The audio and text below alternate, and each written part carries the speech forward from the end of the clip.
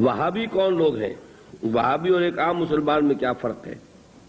دیکھیے، وہابی کا لفظ بطور گالی استعمال کیا جاتا ہے، جیسے جماعت اسلامی کے لوگوں کو لوگ مودودیہ کہہ دیتے ہیں۔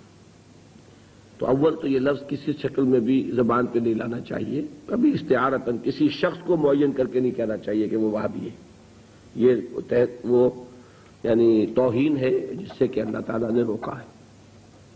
لیکن وہ کون لوگ ہیں جنہیں وہابی کہا جاتا ہے؟ نجد میں آج سے تقریباً 250 سال پہلے ایک شخصیت پیدا ہوئی، محمد ابن عبد الوہاب۔ انہوں نے دین کی خدمت کی، دین کی اصلاح کا کام کیا، جو بھی مسلمانوں میں غلط چیزیں رائج تھیں، مشرکانہ اعتقادات، بدعات، ان کا قلقمہ کیا اور ایک تحریک شروع کی۔ اس کا پھر معاہدہ ہو گیا آل سعود کے ساتھ کہ آل سعود ایک ابھرتا ہوا قبیلہ تھا یہ، تو ان دونوں کا معاہدہ یہ ہو گیا کہ ہم مل جل کر کام کرتے ہیں، اگر حکومت کو ہم قائم کر لیں تو اس کی حکومت، اس کا انتظام جو ہے دنیاوی، وہ آل سعود کے پاس رہے گا، اور اس کے دینی معاملات جو ہیں وہ آل شیخ کہلاتے ہیں، وہ اب شیخ محمد بن عبد الوہاب کے خاندان کے پاس۔ اس طرح یہ سعودی ڈائنیسٹی شروع ہوئی۔ پہلے نجد میں حکومت بنی، پھر انہوں نے حجاز کو بھی فتح کر لیا، تو حرمین شریفین بھی انہی کے زیر انتظام آ گئے۔ تو یہ جو ایک سلسلہ چلا ہے، تو اب ان میں محمد ابن عبد الوہاب رحمۃ اللہ علیہ نے جہاں بہت اچھے کام کیے، وہاں ایک پہلو ایسا بھی تھا جس پہ اختلاف پیدا ہوا۔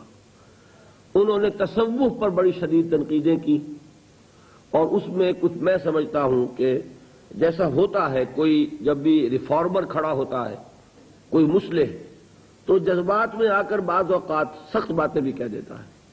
تو اس طرح کی کچھ باتیں بھی انہوں نے فرمائی ہیں۔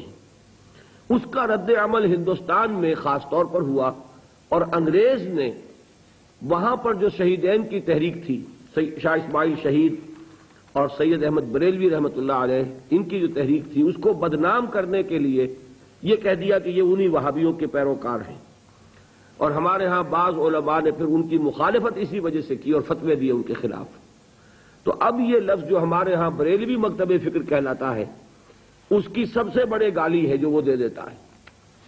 وہ دیوبندیوں کو بھی وہابی کہہ دیں گے، وہ تو اب گالی دینے کی بات ہوئی نا، تو گالی دینی ہے تو دے دو جو چاہے۔ حالانکہ دیوبندی مکتب فکر کے علماء محمد ابن عبد الوہاب کی ہر بات کو نہیں مانتے، بلکہ وہ خود بھی تنقیدیں کرتے ہیں ان پر کہ ان معاملات میں انہوں نے حد اعتدال سے تجاوز کیا ہے۔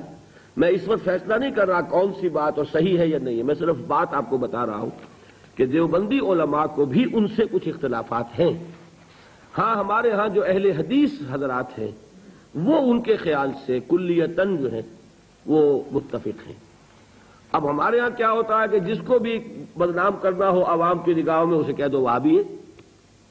اس کا ایک لطیفہ بھی بیان ہوتا ہے، جبکہ ہندو بھی تھے، اور ہمارے پاکستان میں کہتے ہیں کہ ایک جگہ پر کوئی بنیا تھا، وہ مولوی صاحب جو تھے وہ اس سے سودا لیتے رہتے تھے قرض پر۔ ایک موقع پہ آ کے بنیے نے کہہ دیا کہ مولوی صاحب اب آپ کو میں سودا مزید نہیں دوں گا، پہلا حساب چکا دیجیے۔ تو انہوں نے واعظ میں کہہ دیا کہ فلاں شخص سے شنکر لال سے اب سودا نہ لو مسلمانوں، وہ وہابی ہو گیا۔ لوگوں نے اس کا بائیکاٹ کر دیا، تو اس نے ہاتھ جوڑ دیا آ کر۔ تو وہابی اس معنی میں اب گالی کے طور پر لفظ استعمال ہو رہا ہے۔ اللہ تعالیٰ مجھے اور آپ کو اس سے بچائے۔ محمد ابن عبد الوہاب رحمۃ اللہ علیہ نے بہت کام اچھے کیے۔ اس عرب میں بھی بہت شرک ہو رہا تھا، قبر پرستی ہو رہی تھی، یہاں تک کہ جو یمن سے حاجی آتے تھے، طائف سے گزرتے ہوئے حضرت عبداللہ ابن عباس کی قبر چونکہ طائف میں ہے، پہلے اس کا طواف کرتے تھے، پھر جاتے تھے خانہ کعبہ کے طواف کے لیے۔ تو انہوں نے ان تمام چیزوں کو ختم کیا ہے، اور ابھی تک تو انہی کے اثرات تھے اصل میں کہ جو سعودی عرب میں چل رہے ہیں۔ اب جو نئی نسل ابھر آئی ہے تو وہ آل شیخ کا عمل دخل جو ہے وہاں بہت کم ہو گیا ہے۔ آگے حالات کیا ہوتے ہیں تو اللہ کے علم میں، یہ ہے اصل شے۔ تو اس کو جو حقیقت ہے اسی تک رکھنا چاہیے۔